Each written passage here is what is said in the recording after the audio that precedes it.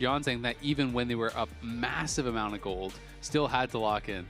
All right, Disguise have selected last pick for this second champ select. That means Team Liquid got to choose the blue side for themselves. They'll ban out the Azir, the Akali, and the Pantheon. Meanwhile, DSG taking Jarvan, Varus, and Orianna off the table. This means that we have a standard draft, as in my brain isn't going to be trying to warp its way around. Yeah, like, you don't have the bugs in there trying to figure out like what's going on. That's what it feels like. There's bugs in your brain when it doesn't have the same structure it's had for the last decade. As we see the buy coming out for Jose, I've liked Jose on these kind of playmakers where he can link up to his lanes. We'll see what they want to partner with it. I think her most eager kind of mid-lane duo partner there has already been taken off the board in the Taliyah, as we see the Aurora locked in on the side of DSG. I really like the Aurora here, especially for DSG, because both Castle and Callme can play it, right? So being able to keep that flexible is quite nice. Yep. You know, sometimes on a team, it's like, yeah, it's a flex, but this guy's not going to play. Let's be real. Not really a flex, right? Well, the Xin Zhao locked in right next to that Aurora too. So two scrappy junglers here in this one. Could also gank very effectively early. Ahri picked in next to the Vi.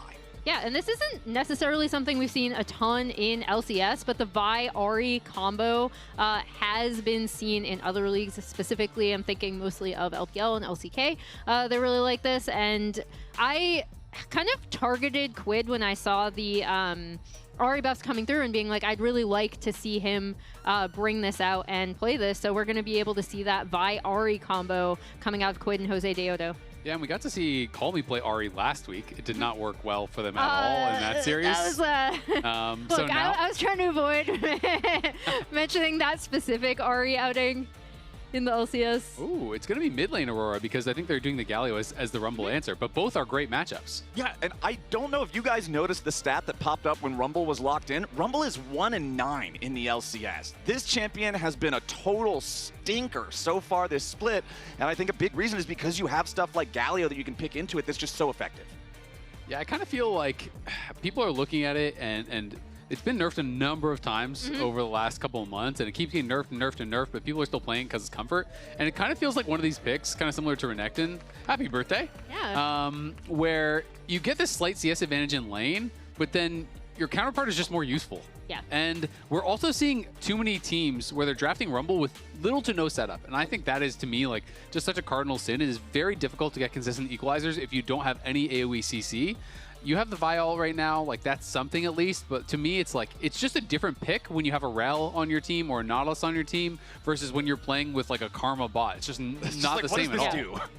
Exactly. The Karma bot will not be available, unfortunately, because DSG have taken out of it. Look, Enchanters are back, Azael. You're going to have to deal. But I like the Ashe being taken off the table as well. I think Ashe Seraphine still in the right situations. Just an insane situations lane. Being everything. Pretty much, yeah. Pretty strong. They can run rampant. I'm like still kind of enjoying the return of Enchanters, to be honest. I'll get sick of it eventually, but Lane like right now, also likes Enchanters. It checks out. Yes, very much. Her favorite worlds was the Arden Sensor meta. Interesting. No, it's not, because I have WE trauma from that. As we see the Kaisa locked in for Sajed, we talked about how much he enjoys playing that pick. I think even in their loss, their first game we ever saw with him on the LCS stage, he still performed super, super well with that. Yep, they're just slamming it. Kalista Renata. As soon as I saw the Kalista get hovered, you to think about TL's bot lane, you think about lane dominance, and to me, as soon as you're hovering the Kalista, that is the prime pairing. Again, they are kind of lacking some CC here. You know, you do have the Vi for a lockdown, you do have the hostile takeover, which can be really, really good against some of the short-range champions over on this side, so can be really powerful, but really it's just the Vi kind of as that go button, and on the other side, you are going to be throwing in the Xin. We'll see what the last pick is going to be. Lyonz Bard is going to maybe be a bit of a jump scare for some people after last week. All right. He's got a lot to redeem. Yes. Yeah. And I mean, I do think his Nami game in game 1, there were some mistakes, but it was, you know, better than definitely his last outing. The Bard, I think, was the game that everyone was kind of looking at being like, okay, he's having a really, really rough series.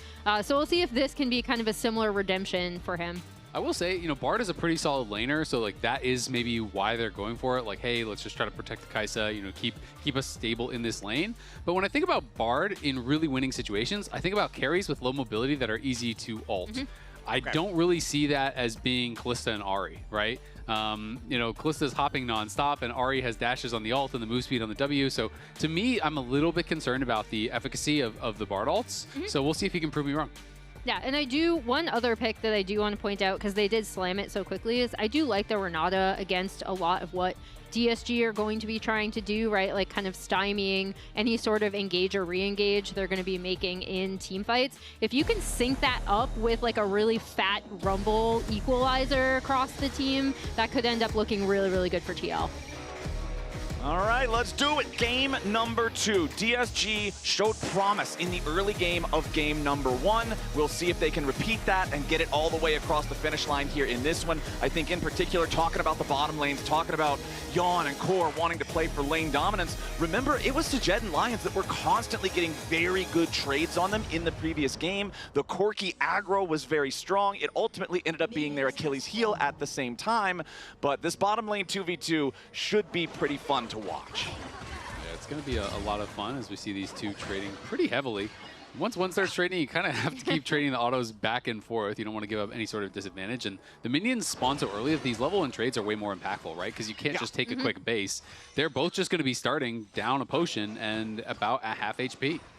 Yeah, and both of their junglers are starting on the top side. We'll see if... I keep hoping for this. It's even less likely now in the current meta to see someone go for like any sort of cheeky level 2 gank. I don't think the health missing for either mid laner is going to be the difference maker here. But it is always a possibility that I like to call out when stuff like this happens.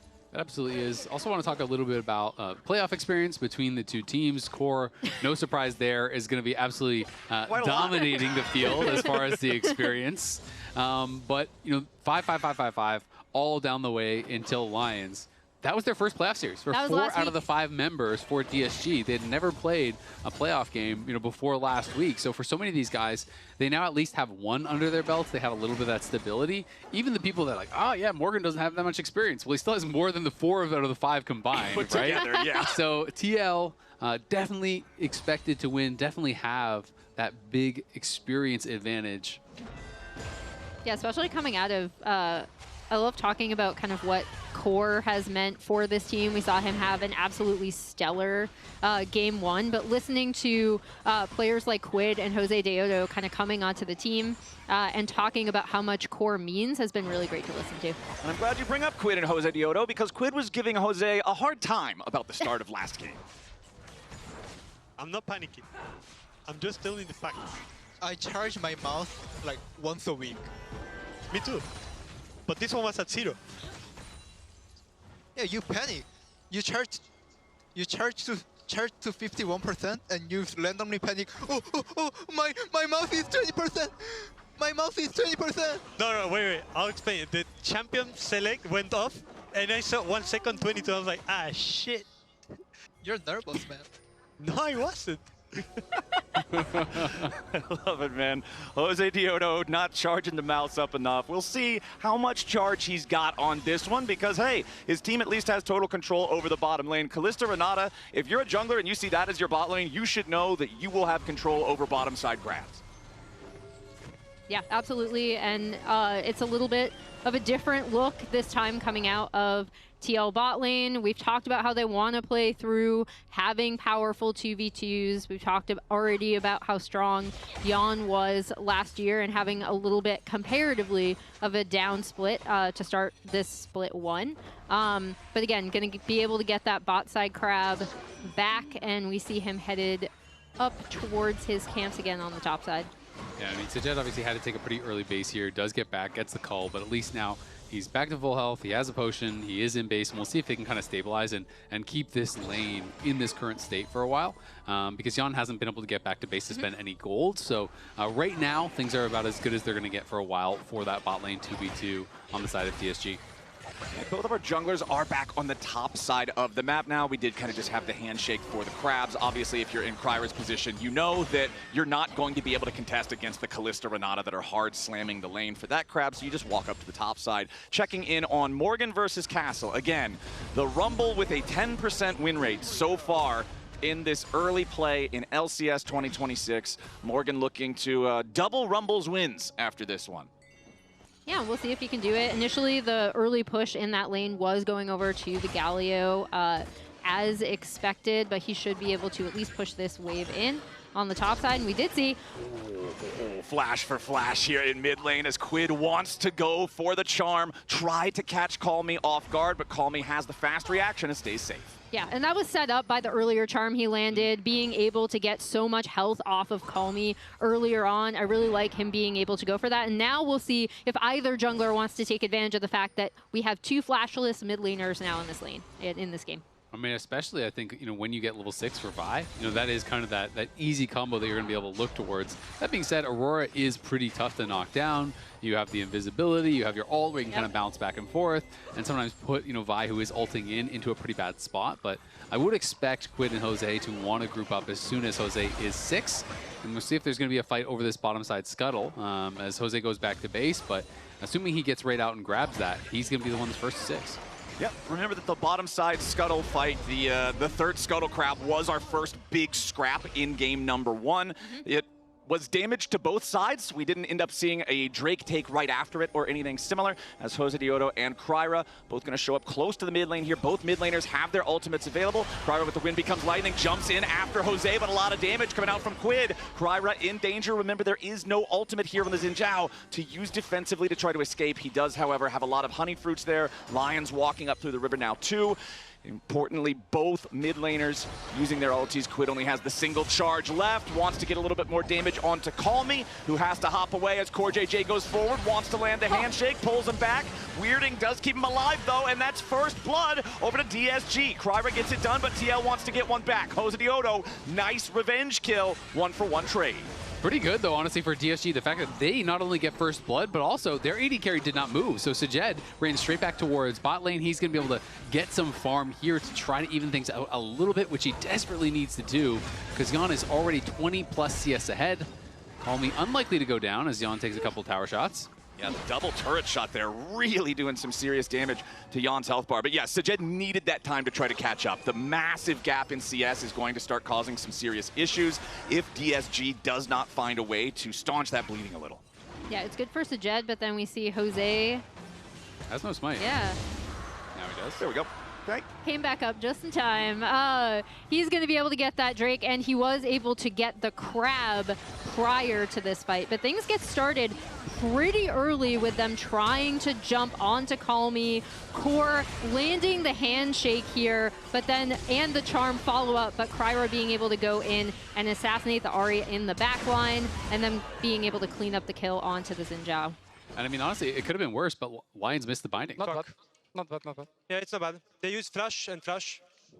I mean, it's one of these things where Bard gets those fights so quickly because he has a magical journey. He gets in. Really, all he needed to do was land that heal. You know, he gets in range for the heal, is able to help keep Callme alive. But if Core got bound under the tower, you know, he could have potentially been going down as well. So could have been even worse there for TL. But at the end of the day, they do still have this slight lead.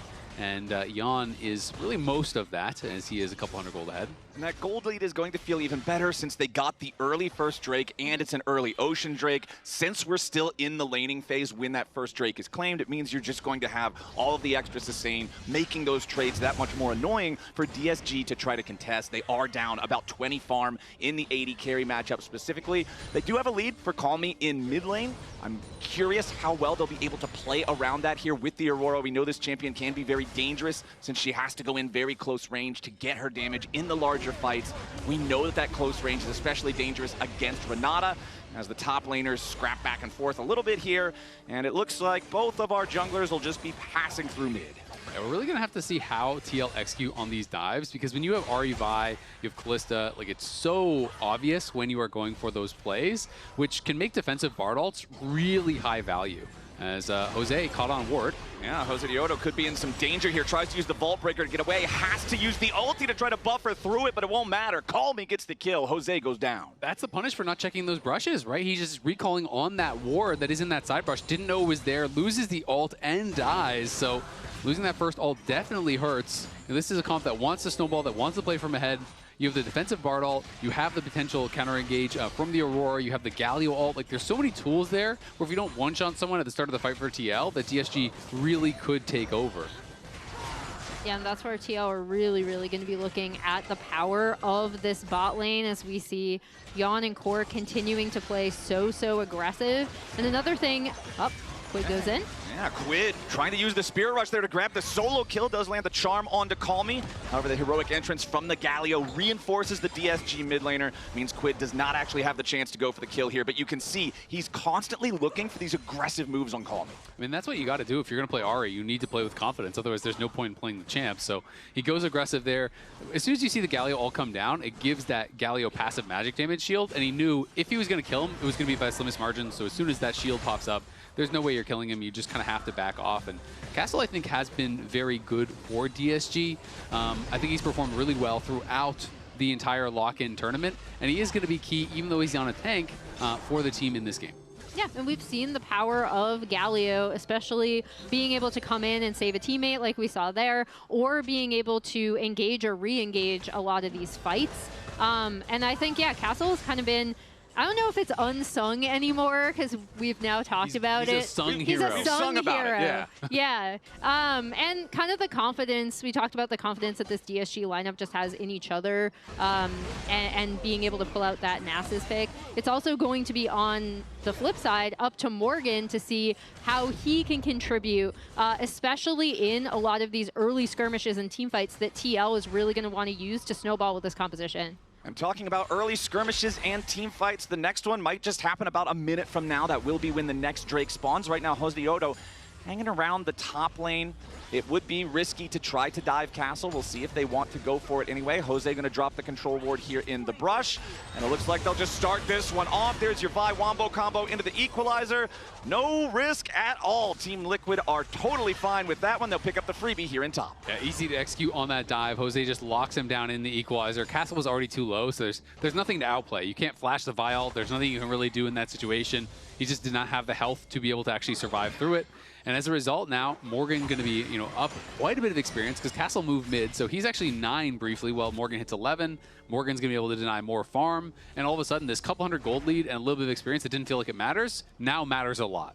And that's where we're really looking to see what TL is going to do on the map, specifically with setting up for this second Drake, because if the Rumble is there in that fight, he's going to be incredibly powerful.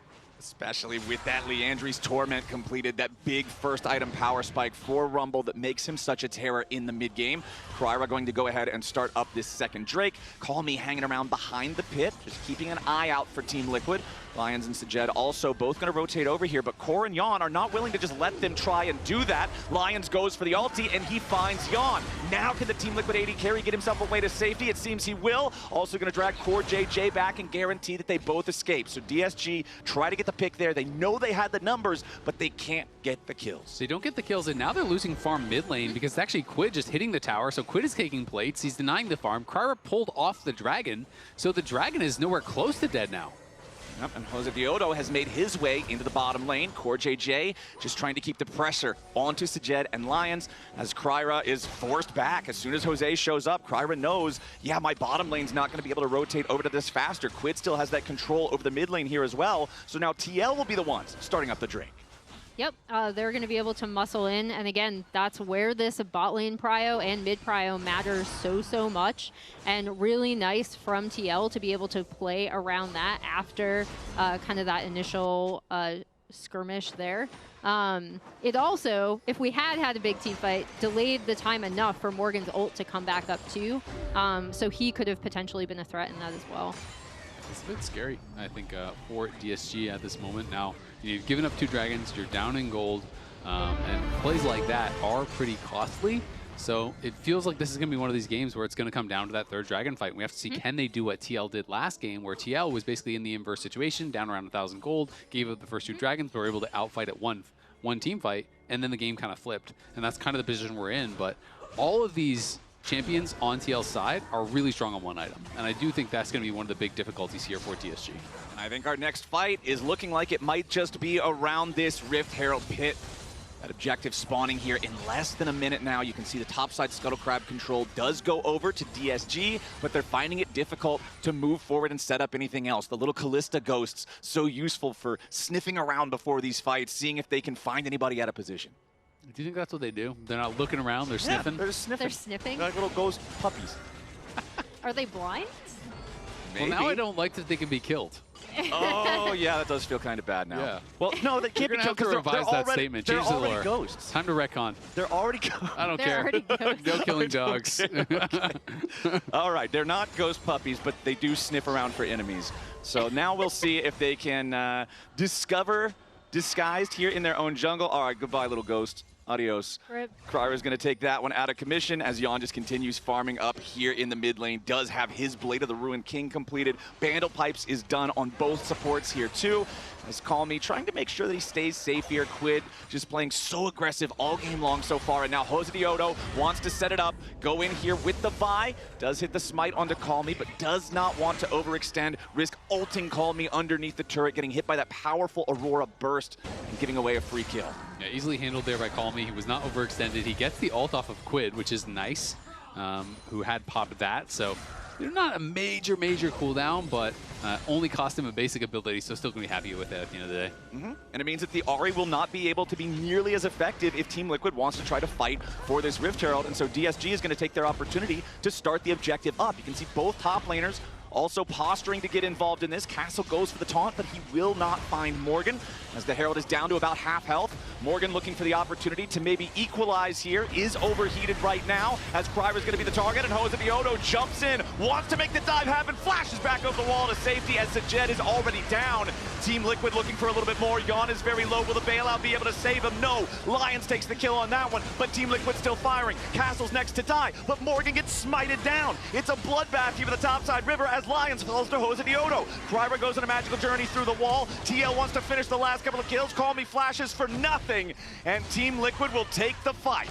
Team Liquid take the fight. I mean, Callme was late to join, and I kind of expected Lyonz just use a defensive ulti onto Sajed to buy some time as they see everything is getting sent on him, but instead he looked for the more aggressive option, tried to catch some other members. No one blocked the charm, the follow-up that has to be stopped from the Ahri, and that is what sealed the fate of Sajed. Yeah, and it's going to allow TL, more importantly, to pick up this Rift Herald that they kind of had Aurora first here, yeah. rotation on. Or tipping. I'm on Kaisa. I can't hit here. No, I'm in front. Yeah. This is good. This is good. Kaisa, You can throw me. Look, Shin. Shin On no me, flash, give me W. no flash. Lobby to I give you Galio no W. flash, Galio no flash, Galio no flash. Kill one. Bard no flash. Kill Galio. We can win, I think. Keep playing. Zhao no flash. Zhao no flash. Zhao no flash. Get Frodo. No flash. Zhao no flash here. W10. Nice. Good job. I think we win. No flash. Or no flash. Nice. We got it. Oh, Gabi. Not bad. Good fight. Yeah, good fight there. Nice comms. Honestly, TL, pretty clean calls there throughout the fight, tracking the summoners on the same page throughout of exactly what they wanted to do, and they just executed super well on it. It was a really snappy engage from Jose, even though Ahri didn't have ult. Sajed gets one shot, so it doesn't really matter. Just so key with the Vi Ahri combo. You cannot stop the Vi ult, so you must stop the follow-up. That is the part of the combo that you can break up. You cannot allow Charm to come through there. You know, someone's got to try to get in the way and body block that, or you have to use the really fast defensive Bard ult. Got to be able to shut that down, because now TL, with the Dragon in 30 seconds, are up 2.5K, and that lead is getting a lot bigger. Yep, Lyonz has to be careful in the enemy jungle here. Tries to go on a magical journey to get away, but Morgan is still roasting him. Callme coming in now to guarantee that his support stays alive, but they've got bigger problems. Kryra's now going to be focused up here in the river. Galio ulti to try to create enough space to keep him alive. Hostile takeover flies out as Team Liquid continues looking for more, and QUID's already found the kill onto Kryra. Morgan backs him up. It's a double kill for QUID as the Aurora falls. Castle's out too. It's 3-0 for TL, and the Dragon's going to be the immediate trophy. And they mow down Disguised before being able to now get Soul Point on the Drake stacking, which is absolutely huge for this composition. They're also going to be able to get this tier 1 bot, and QUID on this Ahri is now a massive problem. I also really like how they're using Morgan's power in these fights as well. We wondered how much is this Rumble going to be able to contribute, looking to double up that Rumble win rate as he just gets so much damage onto Lyonz, follows him through the magical journey because he knows that the rest of his team is collapsing. Just look how split up they are. Two over here, you have Callme ulting to get over the wall to even join the fight. Kryra's basically already dead. Lyonz ran out the bottom. Like, they're all on a completely different page. And then we have this this Bartle going into the background where Castle's been hostile to take over. It's just like, no one is doing the same thing, it feels like, in this fight for DSG. Yeah, and it especially matters when Castle comes in initially, right? Because TL is already there surrounding him while the Ahri is attacking on the front lines of the fight. So really, really nicely done from TL. And now they're on Soul Point, and they've kind of cracked open the game for themselves with a 5K gold lead. Yeah, it kind of feels like we're already past the point of no return, and it's not even 20 minutes on the clock. TL has total control over the map. They have total vision control over this Baron Pit area. Josedeodo, once again, looking around, setting a trap. The TL Classic, support in jungle, move into the enemy jungle, and start looking for pick opportunities. Castle knows it's too dangerous to go anywhere near here. Jose's Vi is very strong right now, 3-1-5, nearly 100% kill participation as Yeon and Callme trade back and forth a little bit. Callme, of course, is going to win those very snappy, very fast trades on the Aurora, but it's still not enough to buy DSG the ability to push back out. It's still so scary to check into any of these brushes because if Team Liquid's waiting, they're going to win. Yeah, and whenever this happens, you also see, for example, Rumble pushing on the bot side as we look potentially for another trap play through Fog of War. Uh-oh. They know they need to check, and so at least they see now. Yeah. They're going to be able to check that out, make sure that no one is on the bear. And of course, the scary thing is always when you get vision, they could just instantly start after the vision expires. And Yeon has pushed up mid. Now he's going to go back over there. TL has just completely turned the lights out on DSG, and Callme going to be pushing out bot, but he's down 2 levels right now to Morgan.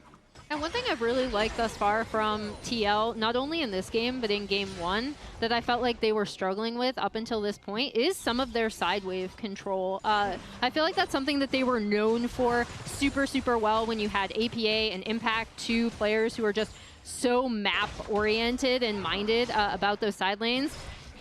Callme in some danger though. Yeon looking to put the spears all the way through his heart, and that'll be the easy kill for Team Liquid. They want even more. Sajed tries to escape, but QUID and Jose are right there waiting. Disguised has just completely fallen apart in game 2, and TL now have a free ticket to the Baron. Yeah, I mean, that's really tough. You know, Callme wanted to just try to use the Rocket Belt to get out safety, but then that went into the wall. Then he tried to use the ulti, but it wasn't really placed very well, so he couldn't actually quite get to it. And then there was a really nice time Kalista ult, and Core flies in and knocks him up as he's trying to exit out with that ulti. And at the end of the day, dies without flashing, is taken down. So Jed is gone. TL's going to get a free Baron. Game 2 is cooked. Like, this game is completely cooked. Yeah. You're hoping now for a massive series of mistakes. Like, TL has to have their carries pretty much go down and int one at a time for DSG to have a chance. It's just completely gotten out of control. DSG's hoping and praying that Jose did not charge the mouse enough here in this game, and something happens to the Vi in the middle of a team fight, because any straight-up 5v5 is just not winnable from here. Yeon and Jose going to push towards the tier 2 turret here in the top lane. Disguise trying to defend what they can. Meanwhile, QUID is prepping the push over in mid for the multi-pronged attack from Team Liquid. CoreJJ maintaining control over the enemy jungle. Kryra forced to ult defensively on the Xin Zhao, but still Jose and QUID are looking for more plays. Galio ulti also forced out of Disguise now as Castle tries to land a Justice Punch, see if there's anything they can get back, but Disguise just don't have the firepower. And while that's all happening, you have Kalista already attacking the top turret. Once again, they should be able to easily take this with the Baron buff. And this is what makes this TL team now so dangerous, is because they can split you up, play with Fog. They're in such a strong position. Okay, Lyonz hits the Bard ulti there onto Yeon, but it's not really going to get him a whole lot. Castle's now taking a ton of damage. DSG's only play ends up being serving their own dudes on a silver platter. QUID is unstoppable. Lyonz is going to drop double kill back over to the Ahri as nobody but Callme is left standing, and Team Liquid is just going to walk this one straight to the Nexus. 23 minutes on the clock. It's even more one-sided than the last game. QUID is going to look, won't find Callme, but does it even matter? 15-4, they're just getting stomped.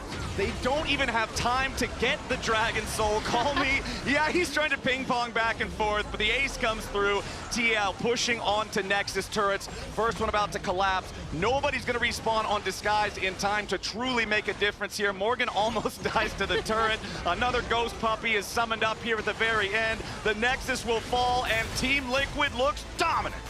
It was great to see this coming out of TL, specifically with this composition, right? We talked about how deadly the Vi Ahri combo can be. We talked about the Rumble win rate, which Morgan has now doubled in the LCS. So congrats to him. Spam chat. We want to know who your player of the game is. I want to know who Lounge's player of the game is. I'm going to say it's the fact that Team Liquid has been scrimming together for 3 to 4 weeks, and they're closer to their final form. So your player is in fact Time itself. Time. Interesting.